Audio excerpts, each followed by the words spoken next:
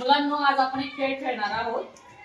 आपल्याला मुळाक्षरांचं दृढीकरण करण्यासाठी काही अक्षरांचा सराव करायचा आहे. आणि खेळ असा आहे का तुम्हाला बोटाने आपल्या मित्राच्या पाठीवर अक्षर काढायचं आहे आणि तो मित्र ते अक्षर काय करणार आहे, ओळखणार आहे.